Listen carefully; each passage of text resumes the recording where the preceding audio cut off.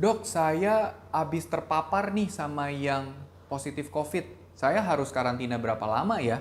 Atau anggota keluarga saya ada yang positif nih. Kita harus gimana? Dia isolasi berapa hari ya?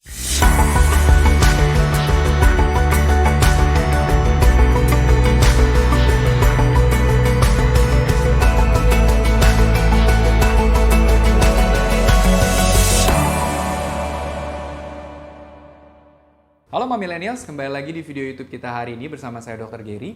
Dan belakangan ini banyak banget Millennials yang nanya ke saya kalau misalnya dia habis terpapar yang COVID. Misalnya habis ada acara keluarga yang mau nggak mau harus makan bersama karena mungkin melihat Omikronnya lagi turun, jadi mulai pada berani. Ternyata 2 hari kemudian dikabarin kalau ada anggota keluarga yang positif COVID.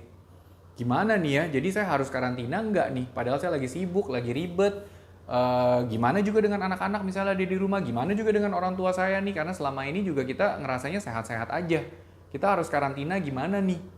Kita coba jelasin ya satu persatu supaya Millennials jelas case per case, dan kali ini kita akan bahas sesuai dengan status imunitas kita, status vaksinasi kita yang gimana. Nah, status vaksinasi dikatakan up to date kalau misalnya yang pertama Millennials belum pernah kena COVID dan sudah 2 kali divaksin, dan kalau misalnya sudah jadwalnya, Millennials sudah di booster. Jadi kalau misalnya Millennials belum jadwalnya booster, maka Millennials juga termasuk kategori yang up to date. Tapi kalau memang sudah dijadwalkan booster tapi Millennials belum booster, maka termasuk tidak up to date. Oke. Kategori yang kedua adalah kalau misalnya Millennials sudah pernah kena COVID, lalu ternyata sudah juga divaksin 2 kali dengan atau tanpa dosis boosternya. Atau mungkin pernah kena lagi mungkin setelah divaksin, itu tetap Millennials sudah tetap up to date status vaksinasinya. Oke. Nah, kalau misalnya sekarang Millennials itu bertanya, "Dok, gimana kalau saya habis terpapar positif COVID? Saya harus karantina atau enggak?"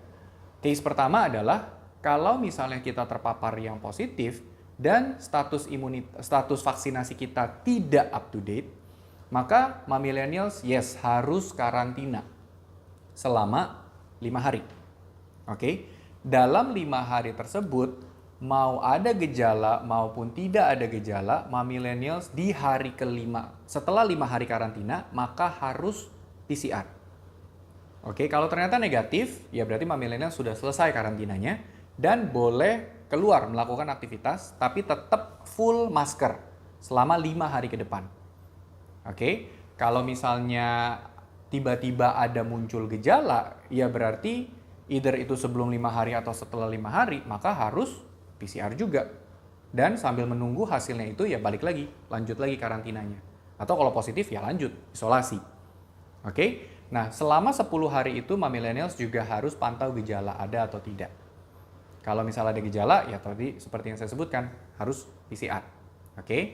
Nah, lalu gimana sekarang kondisinya kalau saya terpapar COVID, tapi saya udah selesai vaksinasi nih, bahkan saya juga udah di booster, misalnya kayak gitu. Jadi status vaksinasinya sudah up to date. Kalau tadi kan yang belum up to date, ini yang sudah up to date. Jadi Millennials itu hanya perlu karantina kalau ada gejala. Kalau yang tadi kan mau ada gejala nggak ada gejala harus karantina.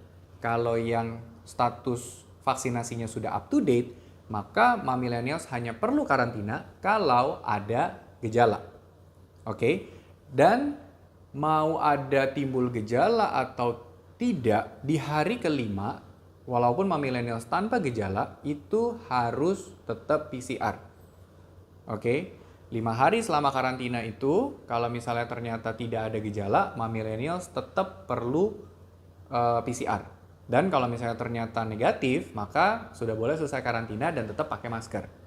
Nah, sambil dipantau gejalanya 10 hari itu, ternyata ada gejala. Kalau misalnya ada gejala muncul, maka Millennials harus langsung PCR. Oke, dan lanjut isolasi atau karantina sesuai nanti PCR-nya positif atau negatif. Nah, kasus yang ketiga adalah gimana kalau saya terpapar COVID, tapi saya 3 bulan sebelumnya baru sembuh nih dari COVID. Jadi dihitung di track back, berarti saya masih dalam periode 3 bulan ini nih, 90 hari belum 90 hari sembuh dari COVID. Maka millennials tidak perlu karantina kalau tidak ada gejala. Sama seperti yang status vaksinasinya lengkap, kalau hanya ada gejala baru millennials karantina. Kalau enggak, bebas lakukan aktivitas seperti biasa, tapi tetap full masker selama 10 hari ke depan. Oke, nah bedanya kalau misalnya yang di status vaksinasi yang lengkap tadi yang sudah up to date, nggak ada gejala pun harus tetap PCR di hari kelima. Nah kalau yang millennials yang masih dalam waktu 90 hari ini baru sembuh dari COVID, maka tidak perlu pakai PCR apapun kalau memang tidak ada gejala. Oke, PCR itu diperlukan kalau millennials hanya timbul gejala.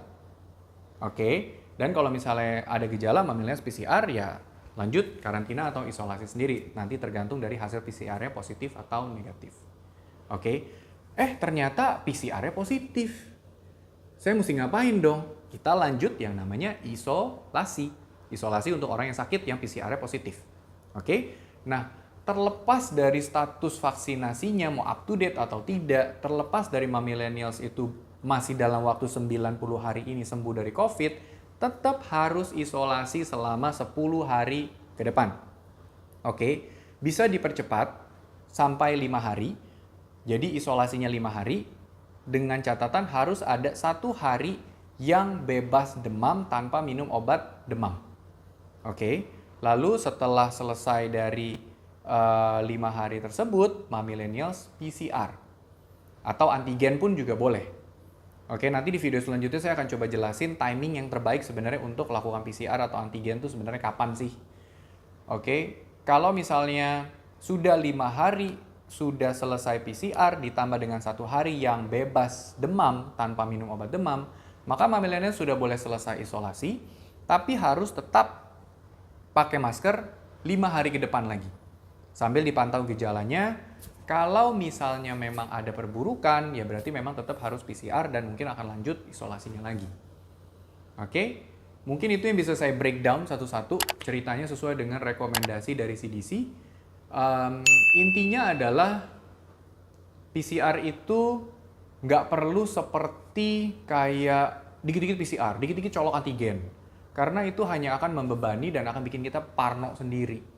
Jadi ujung-ujungnya kita akan sangat tergantung dengan alat-alat tersebut. Yang sebenarnya untuk kondisi Omicron dengan begitu banyak orang yang sudah divaksin dan begitu banyak orang yang sudah terkena, sebenarnya ke depannya nanti untuk penggunaan PCR dan antigen itu tidak akan segila-gilaan yang sekarang ini. Oke, kalau millennials masih punya pertanyaan, silahkan komen sebanyak-banyaknya di bawah. Dan like video ini, subscribe kalau belum, and share sebanyak-banyaknya. And stay safe!